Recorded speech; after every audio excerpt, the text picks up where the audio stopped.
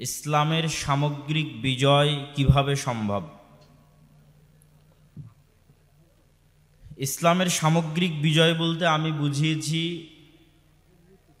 শুধু ব্যক্তিগত জীবনে ইসলাম পালন, পারিবারিক জীবনে ইসলাম পালন বিষয়টি এমন নয়, বরং ইসলামের যে নিজস্ব অর্থনীতি আছে, নিজস্ব রাষ্ট্রনীতি আছে, সেই রাষ্ট্রনীতিতে এবং অর্থনীতিতে ইসলাম পৃথিবীতে যে শান্তি ও নিরাপত্তা প্রতিষ্ঠা করতে চায়, সেই শান্তি ও নিরাপত্তা প্রতিষ্ঠার যে সামগ্রিক চিন্তা চেতনা ইসলামের, এই সামগ্রিক চিন্তা চেতনা কিভাবে প্রতিষ্ঠিত হবে। বিশেষ করে 5ই আগস্টে ছাত্র জনতার যে আন্দোলন ছিল, সে আন্দোলন পরবর্তী সময়ে মানুষের জন্য এই আলোচনা বোঝা সহজ।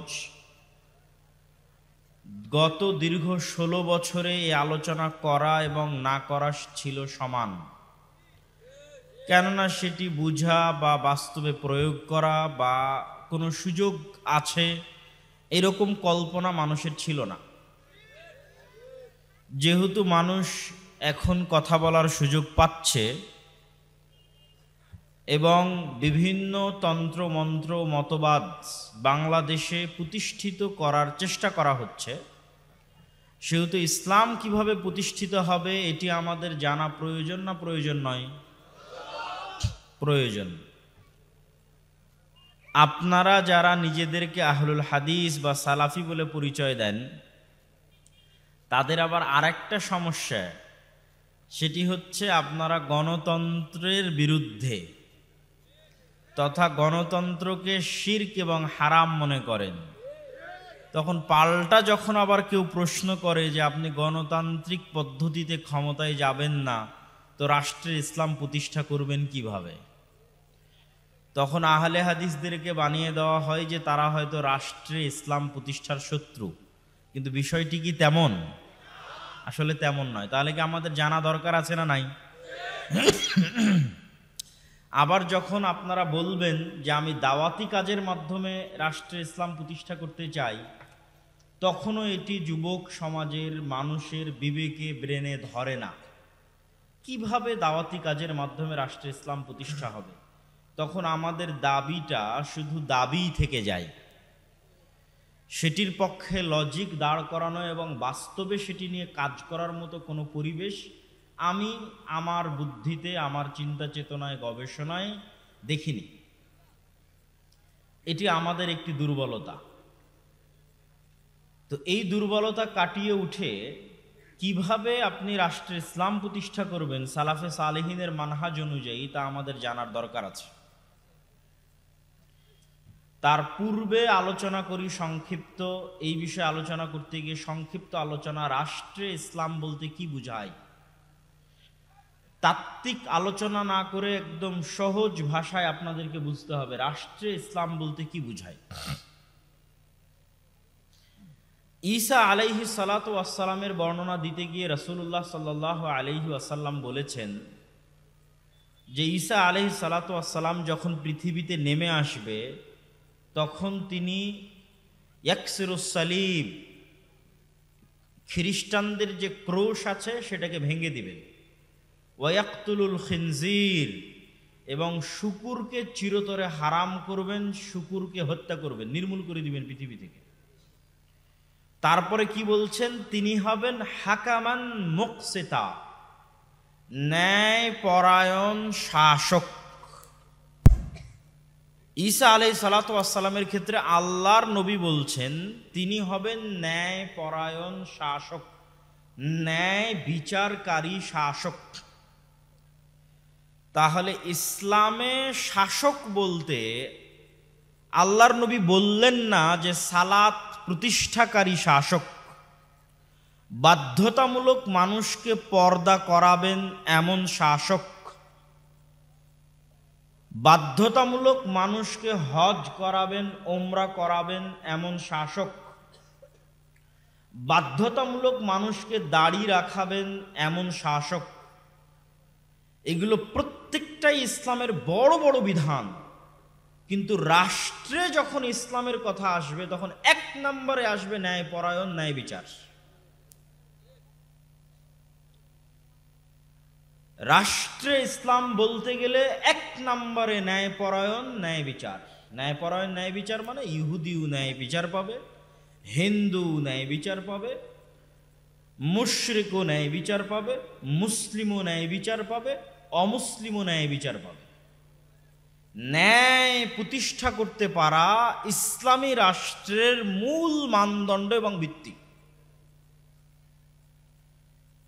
আর এখান থেকে আপনি বুঝে নেবেন যে আমাদের দ্বারা কেন রাষ্ট্রে ইসলাম প্রতিষ্ঠা সম্ভব নয়, কেন বাংলাদেশের মুসলমানদের দিয়ে রাষ্ট্রে ইসলাম প্রতিষ্ঠা সম্ভব নয়। তার এই একটা কারণই যথেষ্ট। সেটি কি? যেহেতু রাষ্ট্রে ইসলাম প্রতিষ্ঠা মানে সর্বপ্রথম ন্যায়পরায়ণতা, ন্যায় বিচার, তো মুসলমানের মধ্যেই তো ন্যায়পরায়ণতা নাই, ন্যায় বিচার নাই, তো তাকে দিয়ে আল্লাহ কি রাষ্ট্রে ইসলাম প্রতিষ্ঠা করাবেন? আল্লাহ করাবেন না। সালাত দিয়ে আমার মতো আপনার মতো মুসলমান জান্নাতে চলে যাবে, তাওহীদ দিয়ে আমার মতো আপনার মতো মুসলমান জান্নাতে চলে যাবে, কিন্তু রাষ্ট্রের মালিক হবে যদি ন্যায়পরায়ণতা না থাকে। আর সে রাষ্ট্রের মালিক হয়ে যাবে সালাত দিয়ে, রাষ্ট্রের মালিক হয়ে যাবে তাওহীদ দিয়ে, অসম্ভব। তাহলে সালাত এবং তাওহীদ অবশ্যই ইসলামের গুরুত্বপূর্ণ অঙ্গ, কিন্তু এমনও হাজারো মানুষ আছে যারা সালাত আদায় করার পরও মুনাফিক, তাওহীদে বাহ্যিক ঈমান আনয়নের পরও মুনাফিক। এমনও লাখো মুসলমান আছে যারা হজ এবং উমরা করার পরও মুনাফিক। আমি বলিনি, আল্লাহর নবী বলেছেন, সালাসুম মান কুন্না ফীহ, তিনটা বৈশিষ্ট্য অথবা চারটা বৈশিষ্ট্য যার মধ্যে পাওয়া যাবে সে মুনাফিকান খালেসা, নিষ্কলুষ নির্ভেজাল মুনাফিক। যদিও সালাত আদায় করে, যদিও সিয়াম পালন করে, তবুও মুনাফিক, খালেস নির্ভেজাল মুনাফিক। ইদা হাদ্দাসা কাযাবা, যখন কথা বলে মিথ্যা বলে। ওয়াইদা ওয়াদা আখলাফা, যখন ওয়াদা করে ভঙ্গ করে। ওয়াইদা তুমিনা খানা, যখন দায়িত্ব দেওয়া হয় দায়িত্বের সাথে আমানত রাখা হয়, আমানতের খেয়ানত করে। তাহলে সে সালাত আদায় করলেও মুনাফিক, সিয়াম পালন করলেও মুনাফিক, হজ করলেও মুনাফিক, উমরা করলেও মুনাফিক। তাহলে সে সালাত আদায় করে কথা বলল মিথ্যা, আমানতের খেয়ানত করলো। তো আমানতের খেয়ানত করে মানুষের কাছে মাপ চেয়ে আল্লাহ যদি মাফ করে দেয় জান্নাতে চলেও যেতে পারে, কিন্তু এই আমানতের খেয়ানতকারী এই নামাজিকে আল্লাহ কখনো রাষ্ট্র ক্ষমতা দিবে না। কেননা ও কি প্রতিষ্ঠা করতে পারবে না? কথা বলেন না কেন? কি প্রতিষ্ঠা করতে পারবে না? ন্যায় বিচার প্রতিষ্ঠা করতে পারবে না। ফলত প্রথম চান্সেই রাষ্ট্র ক্ষমতার মালিক হওয়ার অযোগ্য বলে বিবেচিত হয়েছে কার নিকটে? আল্লাহর নিকটে। তাহলে আমরা মুসলমানেরা রাষ্ট্র ক্ষমতায় যেতে পারছি না কেন? আমাদের মধ্যে রাষ্ট্র ক্ষমতার মালিক হওয়ার ন্যূনতম বৈশিষ্ট্যটুকু নাই। ন্যূনতম বৈশিষ্ট্য যে নাই তা মাপবেন কি দিয়ে? আপনি আপনার বাবা মারা যাওয়ার পর আপনি আপনার বোনকে পিতার সম্পত্তিতে ন্যায় পরায়ণতার সাথে বন্টন করেননি, হয় ভাগই দেননি, যদি ভাগ দিয়েছেন তবুও ন্যায় বিচার করেননি। মানে কুমিল্লা শহরের যেটা দামি জমি সেটা আপনি নিয়েছেন, আর কুমিল্লার যেটা সবচেয়ে কম দামি পানিতে ডুবে থাকা জমি সেটা আপনার বোনকে দিয়েছেন। এটা কি ন্যায় বিচার হয়েছে? আপনি কি তাহলে ন্যায়পরায়ণ? আপনি বোনের কাছে মাপ চেয়ে জান্নাতে যেতে পারবেন, কিন্তু আল্লাহ আপনাকে রাষ্ট্র ক্ষমতা দিবে? আল্লাহ আপনাকে রাষ্ট্র ক্ষমতা দিবে না। কেননা রাষ্ট্র ক্ষমতার যোগ্য হওয়ার প্রথম শর্তে মাইনাস হয়ে গেছে। তো আজ মুসলমানেরা গোলাম কেন? আজ মুসলমানেরা গোলাম এই জন্য, মুসলমানদের মধ্যে ন্যূনতম আত্মমর্যাদাবোধ, অভ্যন্তরীণ সেলফ রেসপেক্ট নাই। কেননা যে মিথ্যা বলে তার আত্মসম্মান থাকতে পারে না, যে ওয়াদা দিয়ে ভঙ্গ করে তার আত্মসম্মান থাকতে পারে না, যে দায়িত্বে খেয়ানত করে, আমানতের খেয়ানত করে তার আত্মসম্মান থাকতে পারে না। এটা আপনার দায়িত্ব ছিল, পিতার পরে আপনি দায়িত্বশীল, এটা আপনার দায়িত্ব।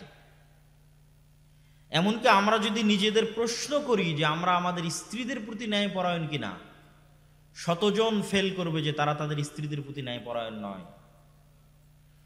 আর রাসূলুল্লাহ সাল্লাল্লাহু আলাইহি ওয়াসাল্লাম সম্পর্কে তার স্ত্রীদেরকে জিজ্ঞেস করা হোক তিনি ন্যায় বিচারক ছিলেন কিনা তার স্ত্রীদের মধ্যে। আমরা তো আমাদের স্ত্রীর হক পর্যন্ত ন্যায় বিচারের সাথে দিতে পারিনি, কিভাবে রাষ্ট্রের মালিক হবে? পরিবারের দায়িত্ব পেয়ে ন্যায় বিচার করতে পারেনি, রাষ্ট্রের দায়িত্ব নিয়ে কেমনে ন্যায় বিচার করবে? আর একই অবস্থা যে সারা পৃথিবীর মুসলমানদের, তার সবচেয়ে বড় উদাহরণ কি? গত 16 বছর এমন কোন ওসি, ডিসি, এসপি, মন্ত্রী, সাব রেজিস্ট্রার, এসিল্যান্ড ছিল না যে ওসি, ডিসি, এসপি, মন্ত্রী, এসিল্যান্ড, সাব রেজিস্ট্রার হাজি নয়, ওমরাকারী নয়, নামাজি নয়। তাহাজ্জুদ গুজার খুনি এমপি ছিল না? ছিল। তারপরে কি ছিল? প্রশ্ন ফাঁসের টাকা আল্লাহর রাস্তায় দান করেছে। এরকম দায়িত্বশীল ছিল না? ছিল। তাহলে আমরা আলেম ওলামা মানুষকে বুঝাতে পারিনি যে ইসলাম কি। সে মনে করেছে সে প্রশ্ন ফাঁসের টাকা আল্লাহর রাস্তায় দান করে দিবে, তার মাফ হয়ে যাবে। নাউজুবিল্লাহি মিন যালিক। অথচ সে ওই যে দায়িত্বে ছিল, ওই দায়িত্বের সাথে খেয়ানত করেছে। তার দায়িত্ব ছিল এটির আমানতকে রক্ষা করা, খেয়ানত করেছে। ওসিল্যান্ড, এসপি, এসি, মন্ত্রী সব নিজ নিজ দায়িত্বের সাথে খেয়ানত করতেছে, 24 ঘন্টা খেয়ানত করতেছে। তাহলে তারা প্রশ্ন হবে, তাহলে তারা কেন সালাত আদায় করে, কেন তাহাজ্জুদের সালাত আদায় করে, কেন আল্লাহর রাস্তায় দান করে? তারা এই প্রত্যেক সালাত দিয়ে, প্রত্যেকটা আল্লাহর রাস্তায় দান দিয়ে তাদের মুনাফিকিকে ঢাকতে চায়। তারা মুনাফিক, খাঁটি মুনাফিক। কিন্তু মুনাফিকিকে ঢাকবে কি দিয়ে? মুনাফিকি ঢাকতে হজ করতে গেছে। কেন? ও তো মিথ্যুক, ও তো মানুষের সম্পদ অন্যায়ভাবে মেরে খায়, ও তো মিথ্যা কথা বলে, ও তো নিজ দায়িত্বের সাথে 24 ঘন্টা খেয়ানত করে। একজন ওসি ল্যান্ড, একজন ওসি, ডিসি, এসপি, মন্ত্রী, মিনিস্টার 24 ঘন্টা তার দায়িত্বের সাথে খেয়ানত করতেছে। তাহলে নামাজ পড়ে কেন? ও নামাজ পড়ে ও যে মুনাফিক, এই মুনাফিকি ঢাকতে। আমল দিয়ে মুনাফিকি ঢাকতে চায়। সম্মানিত উপস্থিতি, এই সমস্ত মুনাফিক মুসলিমদের আল্লাহ সুবহানাহু ওয়া তাআলা কখনো দেশ, জাতি, রাষ্ট্রের দায়িত্ব দিবেন না। শুধু কি স্বাভাবিক সাধারণ মুসলমান, আলেম ওলামাদের মধ্যেও সবচেয়ে বড় কমতি আছে, আমাদের মধ্যেও সবচেয়ে বড় কমতি আছে ন্যায়পরায়ণতায়। যত মতভেদ তৈরি হয়েছে, দল তৈরি হয়েছে, ভাঙ্গন তৈরি হয়েছে, এই সমস্ত দল, উপদল এবং ভাঙ্গনে মাসলা মাসাইলের চাইতে বড় কারণ ন্যায়পরায়ণতা। হয় আমির জালেম, না হয় মামুর জালেম। আপনি আমার থেকে লিখে নেন, স্বাক্ষর করে দিলাম, এখানে কোনো মাসলা মাসাইল নাই, কোনো আকীদা নাই, কোনো আদর্শ নাই। একজন জালেম আর একজন মাজলুম। যে নেতা, সে ন্যায়পরায়ণতার সাথে নেতৃত্ব দিতে পারেনি। সে ওকেই পদ দিয়েছে যে চামচামি করেছে। ইসলামী দলের নেতা তাকেই পদ দিয়েছে যে কর্মী চামচামি করেছে। আর যে ন্যায় নিষ্ঠার সাথে কাজ করেছে তাকে বের করে দিয়েছে। তাকে কিভাবে বাইসাইড করা লাগবে তার সকল বুদ্ধি উপায় জানা আছে। এভাবেই চলতেছে ইসলামী দল, এভাবেই চলতেছে ইসলামী মাদ্রাসা, এভাবেই চলতেছে ইসলামী মসজিদ। সব জায়গায় বাহ্যিকভাবে ইসলাম উপস্থিত আছে, কিন্তু অভ্যন্তরীণভাবে সব জায়গায় মুনাফিকি ছড়িয়ে আছে। তাহলে তাদেরকে আল্লাহ দায়িত্ব দিবে? তাদেরকে আল্লাহ সুবহানাহু ওয়া তাআলা দায়িত্ব দিবেন না। এই জন্য আল্লাহ সুবহানাহু ওয়া তাআলা পৃথিবীতে কোনো নবী রাসূলই পাঠাননি যেই নবী রাসূল সত্যবাদী নন, ন্যায়পরায়ণ নন। এটা হচ্ছে নবী রাসূলদের জন্মগত বৈশিষ্ট্য, অন্য বৈশিষ্ট্য নয়, জন্মগত। নবী রাসূলের জন্মই হয়েছে সত্যবাদিতার উপর, জন্মই হয়েছে ন্যায়পরায়ণতার উপর। তারপরে আস্তে আস্তে আল্লাহ তাদের উপর বিধিবিধান দিয়েছেন, সেগুলো তারা পালন করেছেন, কিন্তু জন্ম হয়েছে ন্যায়পরায়ণতার উপর, সত্যবাদিতার উপর। শুধু তৎকালীন বিশ্বের মুসলমানেরা নয়, সাহাবীরা নয়, মুশরিকদেরকেও যদি আপনি দেখেন তাহলে তাদের এথিক্যাল তথা অভ্যন্তরীণ আত্মমর্যাদা ছিল অনেক উপরে। আবু সুফিয়ান রাদিয়াল্লাহু তাআলা আনহু যখন আল্লাহর নবীর শত্রু, সকল যুদ্ধে তার মুখোমুখি, তখনও তিনি বাদশাহ হেরাক্লিয়াসের দরবারে কাফের অবস্থায় আল্লাহর নবীর নামে একটা মিথ্যা কথাও বলেননি। তিনি কাফের, মুশরিক, কিন্তু অভ্যন্তরীণভাবে তার আত্মমর্যাদা আছে। এই আত্মমর্যাদার কারণে লাইভ নাই, রেকর্ড নাই, কিচ্ছু নাই, কেউ রেকর্ড করে রাখবে না আবু সুফিয়ানের কথা, কেউ আবু সুফিয়ানের কথা লাইভ প্রচার করবে না। তারপর আবু সুফিয়ান মিথ্যা বলেনি। কার বিষয়ে মিথ্যা বলেনি? তার চিরন্তন শত্রুর বিষয়ে মিথ্যা বলেনি। এটা ছিল আবু সুফিয়ানের ন্যায়পরায়ণতা। এই জন্য তৎকালীন মক্কার মুশরিকরা যখন মুসলমান হয়ে গেছে, খালিদ বিন ওয়ালিদ যখন মুসলমান হয়ে গেছে, আমর ইবনুল আস যখন মুসলমান হয়ে গেছে, ওমর ইবনুল খাত্তাব যখন মুসলমান হয়ে গেছে, আবু সুফিয়ান যখন মুসলমান হয়ে গেছে, তো এরা তো এমনি বীর পুরুষ, এরা তো এমনি সত্যবাদী, ন্যায়পরায়ণ, তার উপরে আবার তাওহীদের বিশ্বাস, ইসলামের বিশ্বাস, তো পৃথিবীতে এদেরকে থামাতে পারে এরকম কোনো শক্তি আছে? এরকম কোনো শক্তি নাই। মুহাম্মদ সাল্লাল্লাহু আলাইহি ওয়াসাল্লাম সালাত আদায় করেছে, ওমর ইবনুল খাত্তাব সালাত আদায় করেছে, আবু বকর রাদিয়াল্লাহু তাআলা আনহু সালাত আদায় করেছে, যখন তারা অভ্যন্তরীণভাবে শতভাগ ফ্রেশ, অভ্যন্তরীণভাবে ওমর ইবনুল খাত্তাব যখন শতভাগ ন্যায়পরায়ণ, শতভাগ আত্মমর্যাদা সম্পন্ন, শতভাগ ন্যায় বিচারক, তখন ওমর সালাত আদায় করছে, তখন ওমর সিয়াম পালন করছে, তখন ওমর হজ করছে, তখন ওমর উমরা করছে। এই সালাতের যে পাওয়ার, এই রকম সত্যবাদী ন্যায়পরায়ণ শাসক ওমরের সালাতের যে পাওয়ার, এটা আপনি কল্পনা করতে পারবেন না। এই জন্য হাজার হাজার কিলোমিটার দূর থেকে ওমরের হাইবাতে মানুষ ভয় পাবে। কিন্তু আমি আপনি তো সালাতে দাঁড়াচ্ছি শতভাগ কলুষিত হৃদয় নিয়ে। কেন কলুষিত হৃদয়? 24 ঘন্টা মিথ্যার মধ্যে, 24 ঘন্টা মানুষের সাথে অন্যায়ের মধ্যে, 24 ঘন্টা গীবতের মধ্যে, 24 ঘন্টা অপবাদের মধ্যে, 24 ঘন্টা নিজ নিজ দায়িত্বের খেয়ানতের মধ্যে। এই সালাতের কি দাম, এই সিয়ামের কি দাম, এই উমরা এই হজের কি দাম? এই উমরা, এই সিয়াম, এই হজ আপনাকে গোলামি থেকে মুক্তি দিবে না। প্রশ্ন আসতে পারে যে কেন বাংলাদেশের, পাক ভারতের মুসলমানদের এই অবস্থা?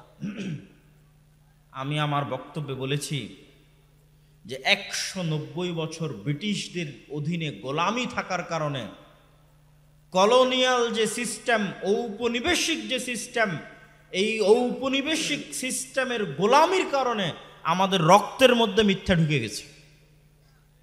কই পাঠানেরা তো মিথ্যা বলা জানে না। আফগানিস্তানের বর্তমান শাসক আল ইমারা আল ইসলামিয়া, তাদের আপনারা আকীদার ভুল ধরতে পারবেন, তাদের মাসলা মাসাইলের ভুল ধরতে পারবেন, কিন্তু ওরা ক্ষমতায় গেছে কি দিয়ে জানেন? ন্যায়পরায়ণতা দিয়ে ক্ষমতায় গেছে। মানে গোটা আফগানিস্তানের মানুষ বিশ্বাস করে যে কেউ যদি ন্যায় বিচার করতে পারে তাহলে এরা ন্যায় বিচার করতে পারবে, কেউ যদি টাকা না মারে তাহলে এরা তারা যারা টাকা মারবে না, কেউ যদি দুর্নীতি না করে তাহলে এরা তারা যারা দুর্নীতি করবে না। তো তারা কোনোদিন ব্রিটিশ বলেন, আমেরিকা বলেন, রাশিয়া বলেন কারো গোলামি করেনি। তো যখন কারো গোলামি করেনি তখন মিথ্যা বলা শিখেনি, যখন কারো গোলামি করেনি তখন মিথ্যা বলা শিখেনি। আত্মমর্যাদা ঠিক থেকেছে। ন্যায়পরায়ণতা দিয়ে শাসক হওয়া যায়, ন্যায়পরায়ণতা দিয়ে শাসক হতে হবে। সম্মানিত উপস্থিতি, রাসূলুল্লাহ সাল্লাল্লাহু আলাইহি ওয়াসাল্লাম বলেন, সাবআতুন ইউদিল্লুহুমুল্লাহ ইয়াওমা লা দিল্লা ইল্লা দিল্লুহু। 7 শ্রেণীর মানুষকে আল্লাহ সুবহানাহু ওয়া তাআলা কিয়ামতের মাঠে বিশেষ ছায়া দিবেন। তার 1 নাম্বার ইমামুন আদিল, ন্যায়পরায়ণ, দায়িত্বশীল। ইবনুল কাইয়িম রাহিমাহুল্লাহ লিখছেন এই হাদিসের ব্যাখ্যায় যে একজন মানুষ সারা রাত ইবাদত করলো, আর একজন মানুষ সারা দিন সিয়াম পালন করলো, এই মানুষ আর আরেকজন মানুষ, দুইজন মানুষের মধ্যে ন্যায়ের সাথে মীমাংসা করে দিল, এর নেকি বেশি। দুইজন মানুষের মধ্যে মীমাংসা করে দিল কিসের সাথে? ন্যায়ের সাথে। তো তো ন্যায়পরায়ণ দায়িত্বশীল আল্লাহর সুবহানাহু ওয়া তাআলার বিশেষ ছায়ায় 1 নম্বরে, আল্লাহর নবীর হাদিসে 1 নম্বরে ন্যায়পরায়ণ দায়িত্বশীল। সম্মানিত উপস্থিতি, আমরা আলোচনা করছিলাম ইসলামের সামগ্রিক বিজয় কিভাবে সম্ভব, সেটি বুঝাতে গিয়ে বলছিলাম রাষ্ট্রে ইসলাম মানে কি।